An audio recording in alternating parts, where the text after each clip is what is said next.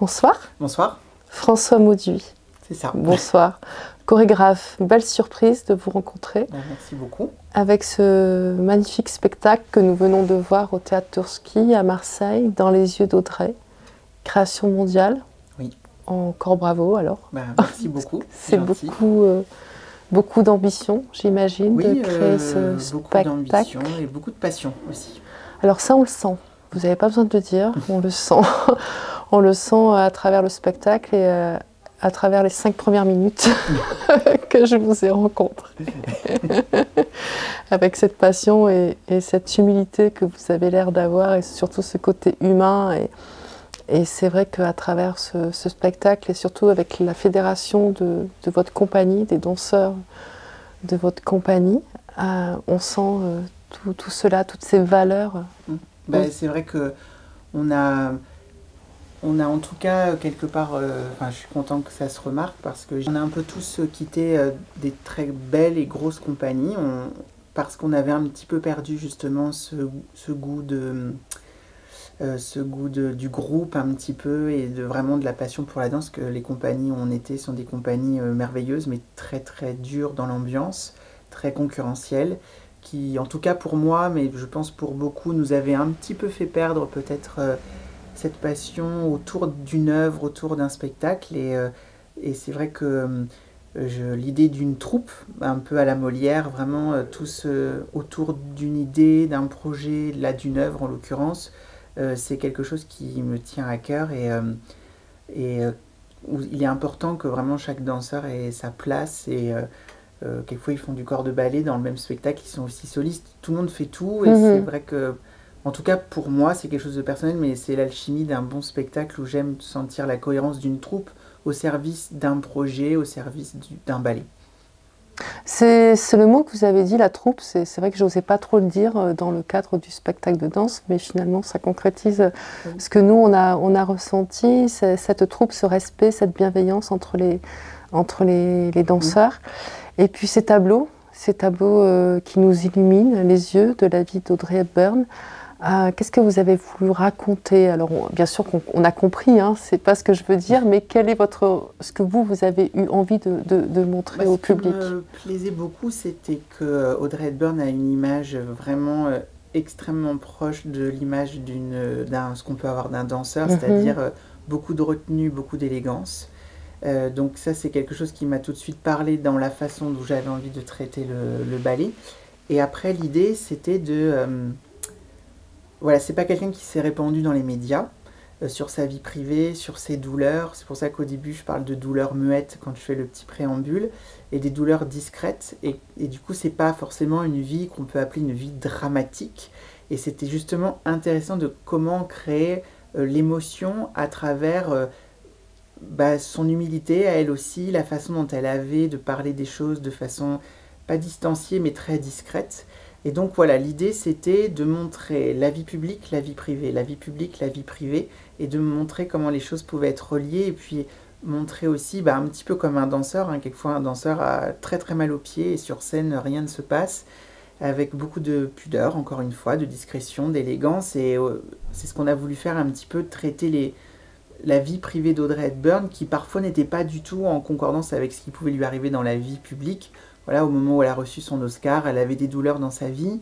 Donc, mais c'était pas non plus un flot de drame qui c'est un peu comme Marilyn qui se serait transformée dans des histoires d'amour très tragiques et avec une fin tragique aussi. Non, là, c'est des choses qui sont plus discrètes, plus cachées. Et c'était intéressant justement de traiter. Enfin, moi, c'est ce qui m'a intéressé de traiter ce parallèle. Voilà. C'est pour ça que sur scène, parfois, on voit 2, 3 Audrey Hepburn sur la scène. Oui, parce que ces douleurs d'enfance, comme beaucoup, hein, de toute façon, c'était pas propre à elle, mais nos douleurs d'enfance reviennent très souvent dans la vie. Donc, c'est pour ça que je voulais pas faire un ballet chronologique où on partait de son enfance à sa mort. Je voulais vraiment, et puis ça m'a rappelé un petit peu le côté film de cinéma, faire des flashbacks. Alors faire le flashback dans un ballet en direct, c'est très compliqué de revenir en arrière avec les costumes et tout ça. Mais voilà, on a trouvé l'idée en faisant vivre plusieurs Audrey, l'Audrey enfant, l'Audrey jeune femme et l'Audrey plus mûre vers la fin de sa vie. ce qui nous permettait à elle de se revoir plus jeune ou plus jeune, de s'imaginer elle plus âgée. Et ça permettait comme ça, voilà, quelquefois nous aussi, dans toutes nos têtes, on se revoit enfant. Qu'est-ce qu'on voulait faire enfant? Ou pourquoi tout d'un coup on a une douleur adulte et on se souvient de quelque chose qui s'est passé dans l'enfance. Donc c'était ça qui était intéressant de voir quand elle est adulte d'où venait la blessure. Donc hop, tout d'un coup on remonte dans l'enfance et voilà, moi c'était un jeu de miroir que je trouvais assez intéressant et doux surtout, de retomber en enfance. Ça peut être douloureux, mais c'est comme la mélancolie. La mélancolie, c'est parfois très triste et en même temps c'est doux aussi la mélancolie, de se remémorer des souvenirs. Donc c'est à double tranchant et comme elle était elle. Toujours très belle, mais toujours à la limite elle était, voilà, sensuelle, mais juste à la limite pas trop triste, mais sans tomber dans le drame. Elle était toujours, voilà, dans cette fine couche de ce qu'il fallait montrer aux gens avec beaucoup d'élégance, comme la chanson de Brel. Exactement. Exactement. Et d'ailleurs, vous avez fait aussi des passerelles avec des chansons de Léo Ferré et d'Édith Piaf. Quel est le lien avec Audrey Hepburn? Le lien, c'était Paris. Elle a une histoire très très forte avec Paris, avec des films qu'elle a tournés là-bas, et puis bien sûr avec sa rencontre avec Givenchy.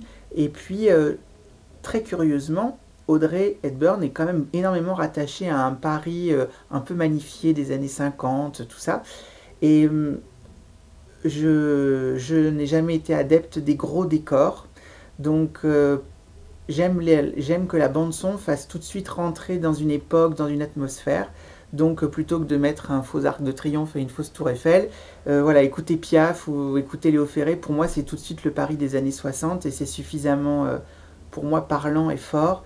Et je trouve en plus la chanson qu'on a utilisée de Léo Ferré de Jolie Môme, j'aime ce terme de môme parce qu'elle avait un côté très mutin, très enfantin, et on n'était pas justement dans un côté un peu sexualisé que pouvait représenter Marilyn ou Brigitte Bardot à l'époque, qui pouvaient être des symboles, voilà, des sex symboles un petit peu. Audrey Hepburn, c'était vraiment une autre forme de féminité qui était très très moderne. Elle portait maintenant ça paraît idiot, mais elle portait des pantalons, elle avait les cheveux courts, elle n'utilisait pas une poitrine plongeante pour se féminiser.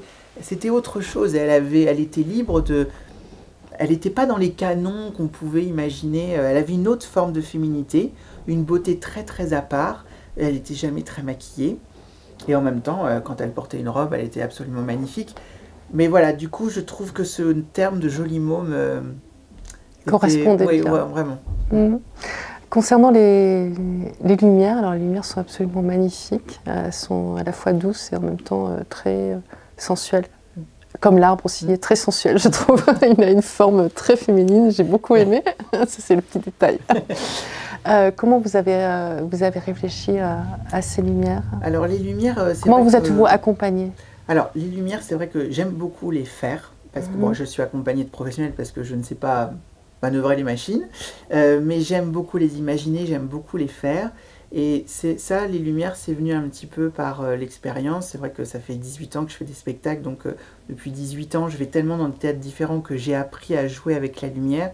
Et c'est aussi là beaucoup grâce à Maurice Béjart, avec qui j'ai travaillé, qui savait donner une importance à une lumière mise au bon endroit, comme un accessoire. Maurice utilisait très peu de décors, et du coup, quand quelqu'un rentrait avec une rose, et qu'il donnait cette rose, tout d'un coup, ça avait une splendeur. Voilà, beaucoup plus forte.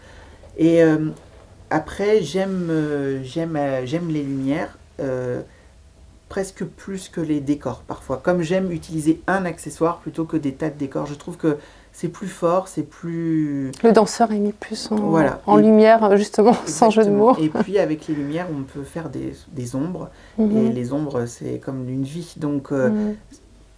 je peux pas dire que j'ai eu des envies de lumière particulières pour Audrey, c'est plus un jeu d'expérience, d'avoir vu dans d'autres ballets ça plaît, ça c'est bien.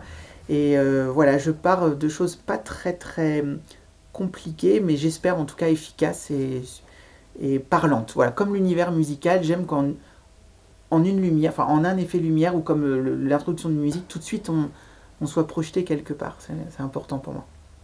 La première a eu lieu au Théâtre des Champs-Élysées.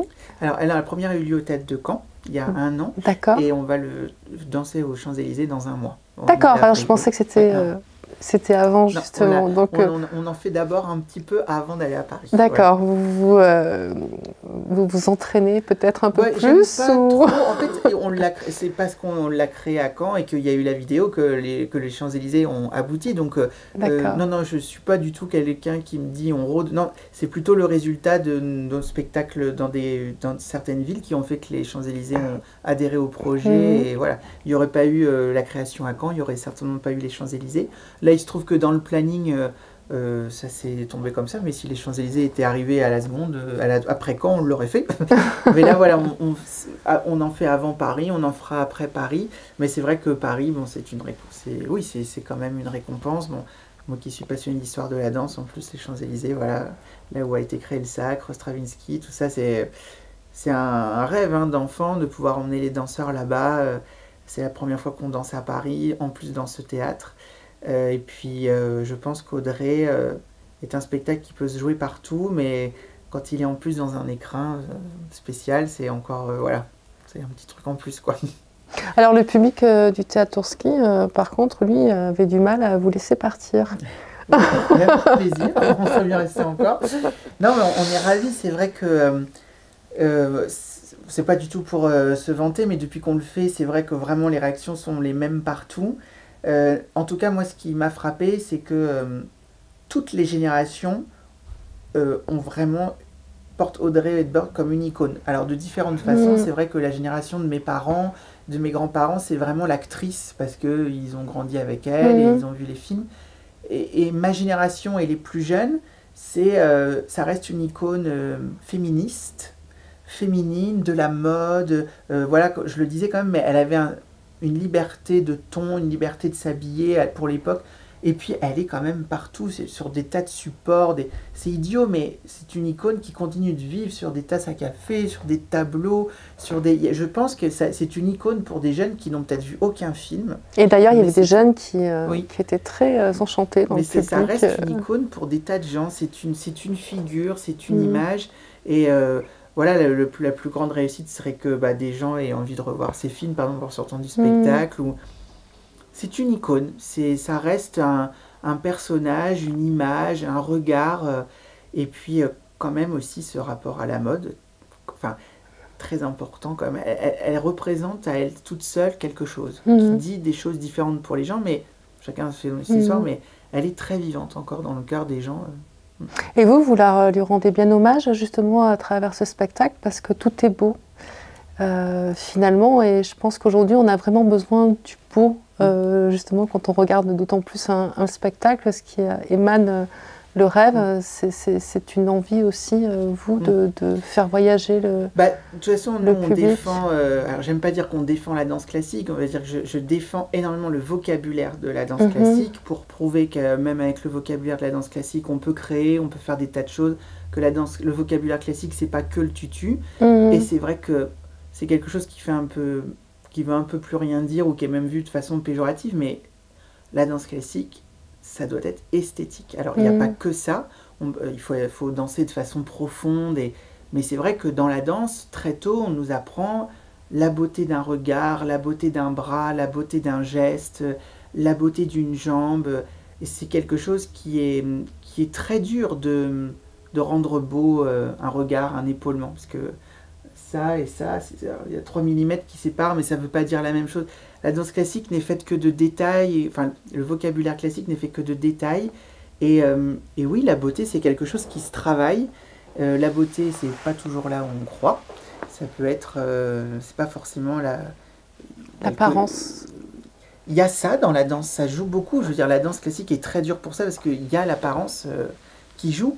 Mais il y a comment on incarne un regard avec son partenaire, comment on va présenter sa main, si on a le regard face ou le regard au loin. C'est énorme, c'est sans fin comme travail, l'art de la danse classique. Et du coup, oui, la beauté, voilà. Ça vous émeut? J'aime y travailler en tout cas, on aime y travailler, sous toutes ses formes, pas qu'esthétique, la beauté au fond de soi-même, qu'est-ce qu'on veut dire, comment travailler parce qu'il y a parfois des mouvements qui sont inesthétiques, qui sont très beaux. Tout dépend de comment on les amène, mais la beauté toute simple aussi, la beauté d'une robe, la beauté d'une coiffe, Mais après, tout dépend comment on porte la coiffe. C'est toujours ça. Mais oui, c'est intéressant, la beauté. C'est sans fin. Comme Audrey Hepburn, elle est sans fin. Les danseurs que vous avez dans votre compagnie, on a remarqué qu'il y en avait qui venaient peut-être d'arriver ou d'autres qui sont là de plus Exactement. longtemps. Comme dans toute compagnie, il y a des très jeunes qui viennent d'arriver et puis des gens plus adultes, plus mûrs, on va dire. Ça, c'est très important dans une compagnie parce que les plus anciens vont servir d'exemple aux plus jeunes et les plus jeunes apportent aussi une vraie énergie et un vrai maintien. Et c'est l'histoire d'une compagnie, ça c'est l'histoire d'une troupe, c'est très important. Mais c'est vrai que ceux qui tiennent les rôles sont quand même des danseurs qui sont là depuis un sacré petit paquet d'années. Mais quelquefois, la valeur n'attend pas les années. Certains danseurs de la compagnie ont dans ce spectacle des rôles très importants et sont pas arrivés il y a très longtemps. Là, c'est vrai que l'avantage de travailler avec un chorégraphe ou une chorégraphe, c'est qu'on leur fait des rôles sur mesure. Donc je leur fais des choses qui sont vraiment adaptées à eux, fait pour eux. Voilà, comme on fait un costume sur mesure. Donc voilà, il y a de tout, mais c'est vrai que pour interpréter certains rôles, notamment les femmes qui font les 3 Audrey, même celle qui fait l'Audrey enfant, est déjà une danseuse qui a beaucoup d'expérience. Parce que là, il suffit pas juste de bien danser, il faut avoir aussi une profondeur, et la profondeur vient quand même au fil des années. On peut être très scénique très vite, avoir une vraie énergie sur scène, mais la profondeur des sentiments, savoir doser aussi, être très énergique, moins énergique, être en retenue, donner tout, ça c'est vraiment de l'expérience. C'est l'expérience scénique, c'est l'âge, c'est la maturité qui apporte ça. Vous êtes chorégraphe depuis 18 ans, vous avez dit? Ça fait 18 ans que je suis à la compagnie, oui. Oui. Qu'est-ce qui vous a... C'est quoi le déclic en fait qui a fait que vous vous êtes dit il faut que j'arrête la danse maintenant, c'est le moment? C'était fait à l'envers. Moi j'ai toujours voulu monter des spectacles. D'accord.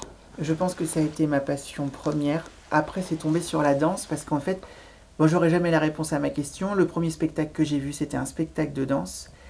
Et je pense que je suis tombée amoureux du théâtre et que ça a été associé tout de suite à la danse. Mais je me souviens être rentrée dans ce théâtre à Caen quand j'avais 4 ans et d'être fascinée par les rideaux, les lumières, les costumes, le maquillage, tout. Et comme c'est tombé sur un spectacle de danse, pour moi, ça a tout de suite... pour moi, le spectacle, c'était la danse. Donc, quand je montais des spectacles, enfant, avec mes cousins, mes cousines, mon Dieu, tout ce que j'aurais fait faire, ça a tout de suite été associé à la danse parce que pour moi, c'était associé. Et après, j'ai quand même compris plus tard que si je voulais créer des spectacles, il fallait avant tout que je sois danseur et que j'ai une très bonne connaissance de la danse. Et j'ai pensé très longtemps qu'il fallait que je sois un très bon danseur pour être un bon chorégraphe. Et je crois que je le pense encore maintenant. Je ne sais pas si je suis un très bon danseur, mais je pense que c'est hyper important de savoir de quoi on parle. Et j'ai beaucoup travaillé, j'ai adoré danser, mais je savais que je dansais parce que je voulais être chorégraphe. Ça, c'était clair et net. J'adore la scène. Bon, je danse un peu moins, j'ai 40 ans, donc je danse moins, mais j'aime être sur scène. J'ai vécu des tas de belles choses en tant que danseur, mais je savais qu'au fond de moi-même, c'était pour nourrir mes chorégraphies et ce que j'allais transmettre aux danseurs. Parce que quand on donne des rôles, il faut donner les clés aux danseurs. On ne peut pas tout leur donner, mais il faut quand même savoir de quoi on parle, qu'est-ce qu'on veut dire et comment y arriver. Transmettre aussi. Et transmettre parce que on leur dit les pas, mais après il faut les aider, parce qu'ils y arrivent, il faut les guider, et une bonne connaissance de la scène, du corps, c'est quand même important. Alors c'est drôle que vous dites que vous avez votre premier spectacle, c'était un spectacle de théâtre, parce qu'on a... Enfin c'était dans un théâtre, c'était un spectacle de danse, mais c'est le théâtre, c'est le bâtiment lui-même qui m'a fascinée. Parce que vous avez fait une petite partie de... Enfin, voilà, il y avait des moments, c'était pas que de la danse, il y avait aussi quelque part un reflet au théâtre, à la mise en scène. Ouais, c'était important en plus pour Audrey, par rapport à ce qu'elle incarne elle, parce que même si elle rêvait d'être ballerine, c'était aussi une actrice, donc il fallait qu'il y ait un côté movie, un peu carton-pâte des années 40-50 des comédies musicales, c'était important. Enfin, moi j'adore cette partie-là du cinéma, les grandes comédies musicales, et ce côté décor qui fait faux, ce côté pas surjoué, mais surheureux, avec beaucoup de musique, des tas de danse, le sourire, tout ça. Ça se travaille, c'est pas quelque chose qui est naturel. Quand vous voyez Jane Kelly, faut pas croire qu'il se lève le matin et qu'il sourit toute sa vie. Tout ça, c'est du travail. Et c'était intéressant à travailler ça, justement, d'avoir ce côté, pas cartoon, mais... oui, c'est un peu le côté un peu vitrine des États-Unis des années 50, quoi, qui masquait beaucoup de choses, mais qui a permis de créer le rêve, quand même, autour d'Hollywood. Merci beaucoup, François. Merci à vous. Merci infiniment. Et bravo encore. Ouais, c'est gentil. Merci.